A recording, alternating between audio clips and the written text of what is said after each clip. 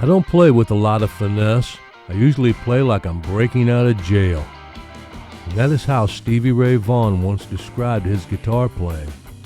And I guess at times there was a feel of urgency to his playing. Jeff Beck said, "When I saw Stevie play in '89 or '90, he was completely cleaned up, playing better than ever. And I was just amazed. He could make me rediscover the blues every night." Eric Clapton hits a nail pretty straight on the head when he said this about Stevie. It wasn't necessarily the notes or scales he was playing, but the attitude and feeling that poured from his guitar. It wasn't ever that he took a breather or pause to think where he was going to go next. It just flowed out of him. Always seemed to flow out of him, and that doesn't come just with practice. It's not a question of doing it over and over again or anything like that. It's just that he seemed to be an open channel. It just flows. He never, ever seems to dry up. One of his fans said, "I've seen this guy in concert about 20 times. My girlfriend really likes him too. And we make love to his music all the time. It has a real sensual quality to it, sort of real powerful." A female fan remarked, "His music turns me on like nothing else." I guess you could go on forever about what players and fans alike have to say about the music of Stevie Ray Vaughan. I'm sure many of us have our own ways of describing his music and what it means and how it makes us feel. One thing we all probably agree on is he was one of the best, if not the best, of all time. So now let's take a look back and see just how this guitar legend came to be. Stephen Ray Vaughan was born October 3rd, 1954, at Methodist Hospital in Dallas, Texas. His father, known as Jim or Big Jim, dropped out of school at age 16 and enlisted in the United States Navy during World War II. After his discharge from the military, he married Martha Jean on January 13, 1950. His father struggled with alcohol abuse and often terrorized his family and friends with his bad temper. In later years, Stevie recalled that he had been a victim of his father's violence. He says he picked up his first drink around the same time he picked up his first guitar, when he was about 7 years old. As a child growing up in Oak Cliff, a suburb south of Dallas, Texas, he grew up idolizing his older brother Jimmy, who was born about 3.5 years before him. Oak Cliff was a rough neighborhood to grow up in back then. Fact is, Oak Cliff, even today, is still rated very high in violent crimes for Dallas suburbs. It is also known for the Texas Theater, which is where Lee Harvey Oswald was arrested after shooting and killing police officer J.D. Tippit after the Kennedy assassination went down. Stevie's brother Jimmy remembers going to the Texas Theater with his mom and dad quite a few times. He went on to say, "Oak Cliff was a real rough place.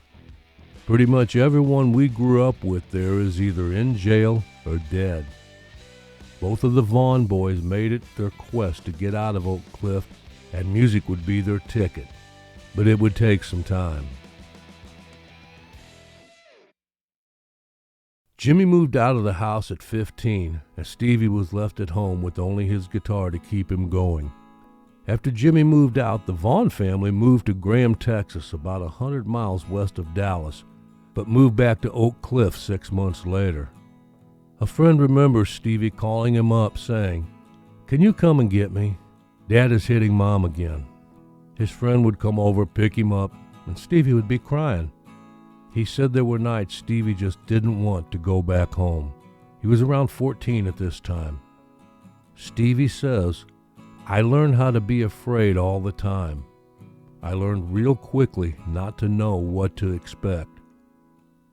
That's a real tough home to have to grow up in, I'd say. But through it all, Stevie had his music. He would play records by the hours and work on guitar parts. By age 12, Stevie was obsessed with the guitar. and I don't believe this was an exaggeration. All of his friends and bandmates throughout the years says this about him. He always had a guitar with him, wanting to jam, trade licks, or just talk music, especially the blues. Stevie loved guitarists like Hendrix, Clapton, and Lonnie Mack, and he was really inspired by the blues legends T-Bone Walker, Freddie King, Muddy Waters, Albert King, and on and on. In Stevie's own words, the blues just slayed me. It was something real I could hold on to. Speaking of Hendrix, here's a picture of Stevie dressed up as Jimmy for a Halloween party. I read somewhere that he actually got the wig from Randy Hansen. Don't know if this story's true or not, and anyone with any information about the picture, leave it in the comments. I think the picture was from about 1980. Anyway, everyone who knew Stevie in the early years all say when they saw him, he had a guitar around his neck all the time. Even when he was doing something around the house, he still had his guitar strapped on. So if you ever wonder how he got so good, the answer's simple. He practiced and played all the time. And when he wasn't playing, he was listening to records. Now, how he became great is a little more tricky, and many people have speculated on it. And here's what many, including myself, think.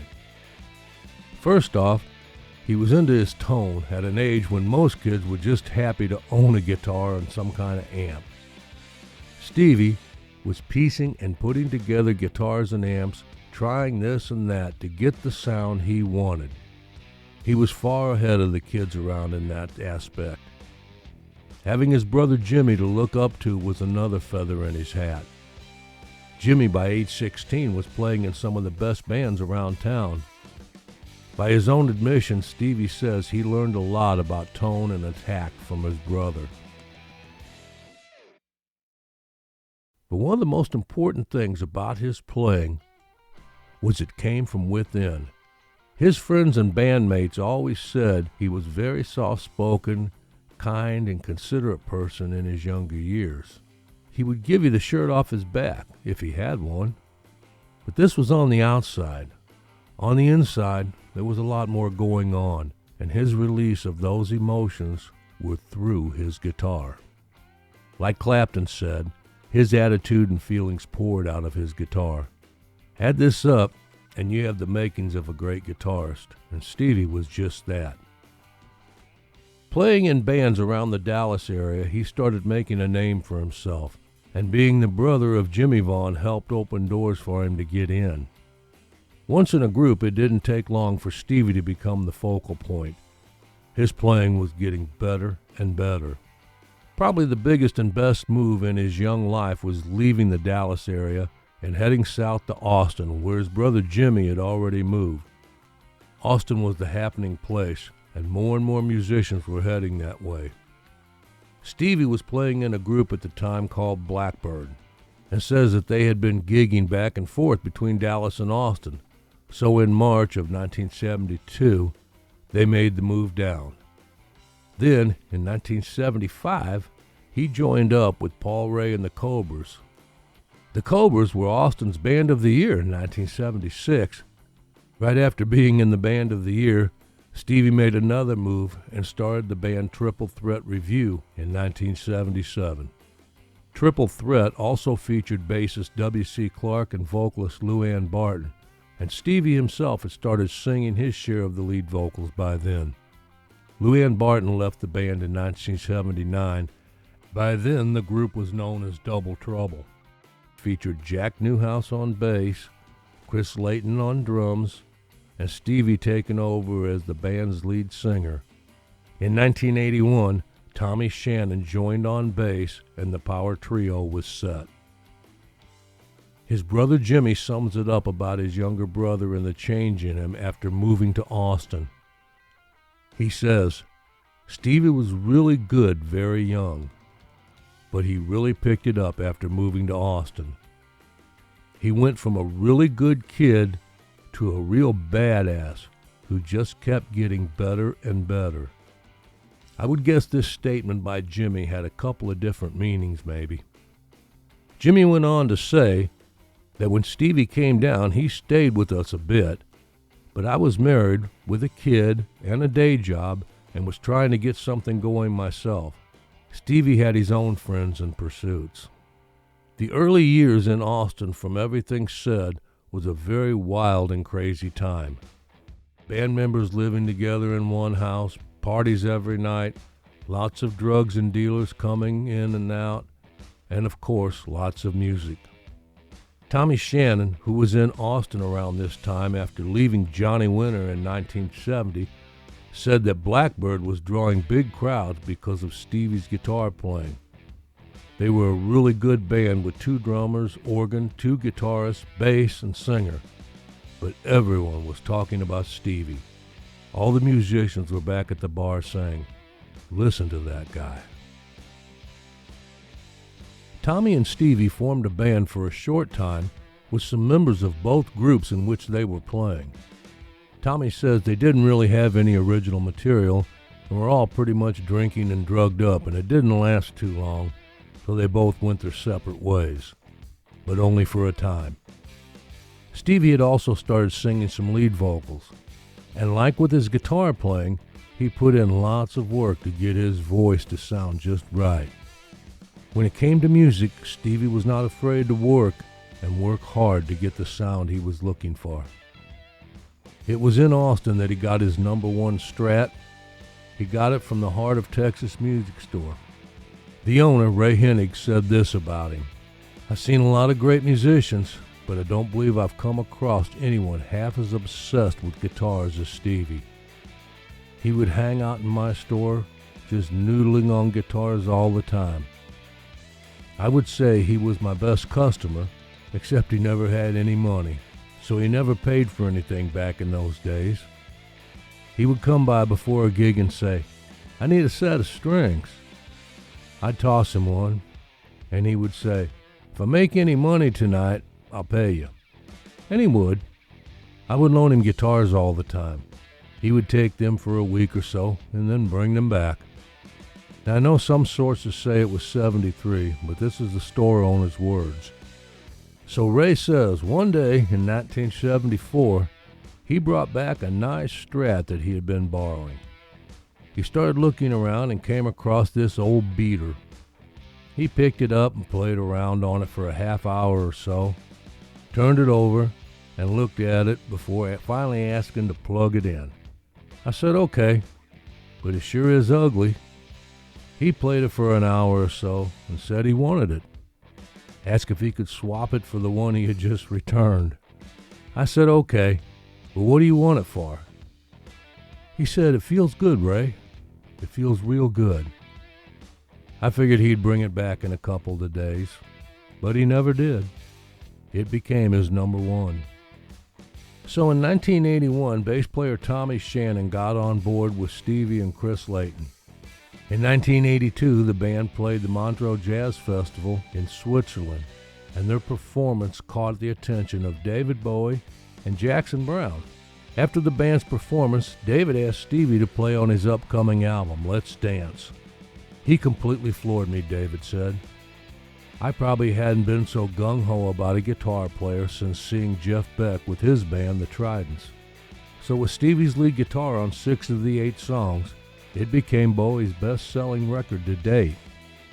Then, in an after-hours jam, Jackson Browne offered the group free recording at his downtown studio in Los Angeles to do a demo. Shortly afterward, the legendary producer John Hammond landed Vaughan and Double Trouble a record deal with Epic, and the band recorded its debut album, Texas Flood, in just a few short days over Thanksgiving weekend in Jackson Browne's studio. The album was released in the summer of 1983. It's hard to overestimate the impact the Texas Flood album had upon its release. I remember it well. At that time, the blues wasn't really hip the way it was in the 60s.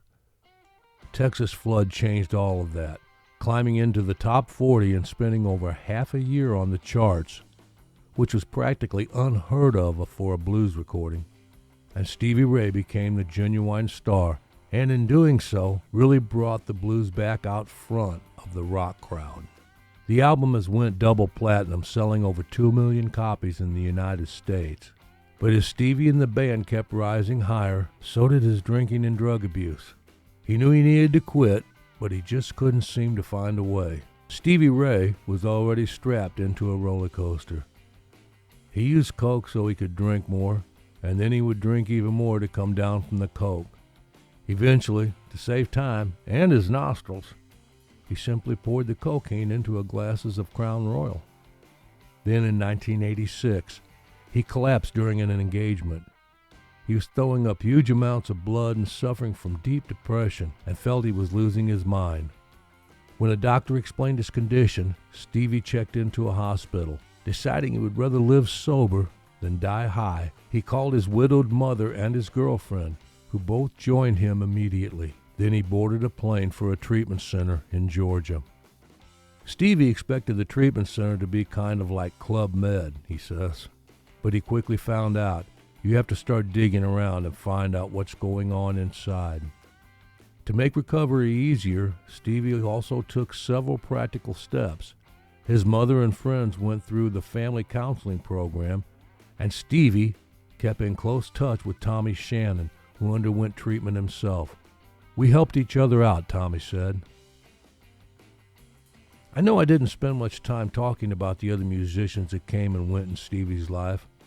To be honest, there were just way too many for a video like this. But I just have to say a few words about his final band, Double Trouble. They went into the Hall of Fame with Stevie, and in my opinion, it was well deserved. Stevie, of course, was the focal point of the band, as he was with most bands he played in. Chris Layton, Tommy Shannon, and Reese Winan, as individual players, maybe not Hall of Fame worthy, but together they deserved it. Some folks say that without Stevie they never would have made it, and this might be true. But remember that the musicians you work with is what makes or breaks you as a player, and that door can swing both ways. I'll just leave it at that, and you can have your say in the comments. This is a list of awards received by Stevie Ray Vaughan in Double Trouble. He became one of the first musicians to be inducted into the Austin Music Hall of Fame in 1982. He was also inducted into the Blues Hall of Fame in 2000. Stevie has won 6 Grammy Awards, 10 Austin Music Awards, and 5 W.C. Handy Awards, being nominated for Best Contemporary Blues Male Artist, as well as winning awards for Entertainer of the Year and Instrumentalist of the Year. Although Stevie became eligible for the Rock and Roll Hall of Fame in 2008, that's 25 years after the release of the first LP, he was not nominated until 2014. In 2015, he along with Double Trouble were inducted into the Rock and Roll Hall of Fame. Jimmy Vaughan accepted the award on his little brother's behalf. I know there's so much left unsaid in the life and career of Stevie Ray Vaughan here in this video. I'm already thinking I'll have to do a follow-up one someday on down the road. But for now, this one comes to a close. Thank you all for watching. Hope you enjoyed the video. As always, if you did, please like and subscribe. And don't forget to click that notification bell. I do appreciate it. Thanks for watching.